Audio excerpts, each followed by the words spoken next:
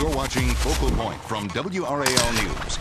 The crash that killed Scott Gardner and disabled his wife Tina raises difficult questions.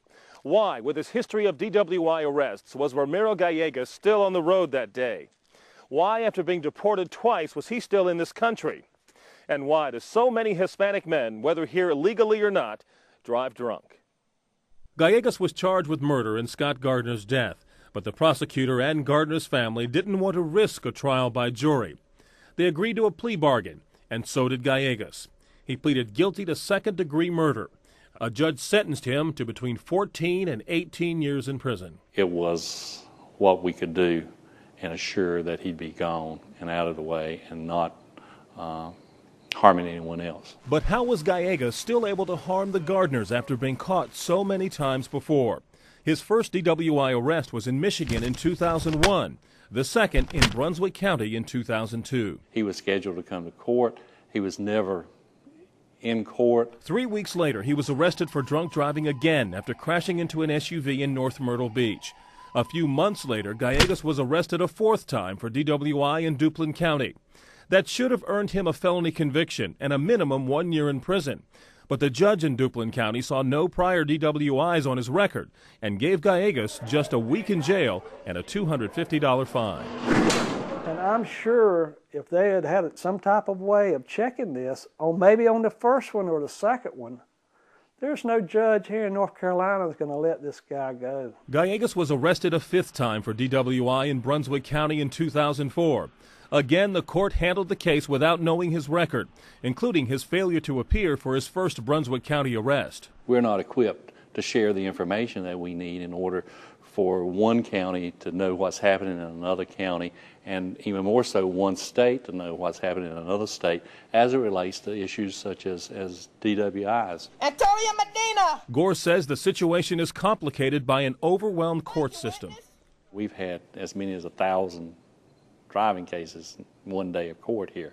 It's not unusual for us to have 500 to be handled by one prosecutor in a day's time. Gore says if his office had known about Gallegos' record of DWIs and deportations, they could have kept him off the road. Well, we didn't. We found that out after the fact, and after it was too late for Scott and Tina and the Gardner family. I smell alcohol in the vehicle. Who's been drinking? Gore says holding illegal immigrants accountable for their crimes can be a challenge. They may come to court the first time. We may see them that one single time, but we don't see them again. They pick up, they move, and they're gone. If they're caught, law enforcement officers can't always be sure they've caught the right person. Most of them don't have any kind of identification, and if they do, a lot of times it's these little fake IDs that you can buy just about anywhere now. That alcohol was certainly a factor in this one. Justice is hard to come by when you can't find offenders or establish their identity. Then you end up having a long string of offenses for which they're never held accountable. After any of his arrests, local law enforcement officers could have reported Gallegos to immigration officials. But local authorities usually do that only in felony cases and are only supposed to enforce local and state laws, not federal ones. Besides, immigration officials had already deported Gallegos twice before. My son didn't have to die. The man that drove the truck that took his life had been in front of a judge 5 times. He had been deported from this country twice. And had our borders been secure and our judicial system not been broken, Scott would be alive and Tina would be caring for her children. I don't have any problem with the immigrants wanting to come here to the United States. I have no problem with that. I mean, I know they want a better, a better life, but illegal is illegal, he was illegal. It's gone on long enough and something needs to be done. The Gardner case got the attention of North Carolina Representative Sue Myrick, an outspoken critic of illegal immigration. You can't even find words to describe the horror of what it did to their family. And ours is not isolated. There's people all over this nation that are living the horror that the Gardner and the Jackson families live with every single day. And it's time to put an end to it.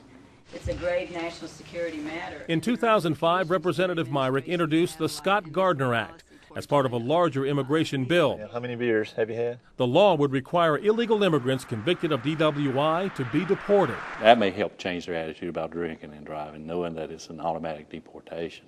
But Myrick knows deportation is futile without a secure border. And they deport them and they come right back in.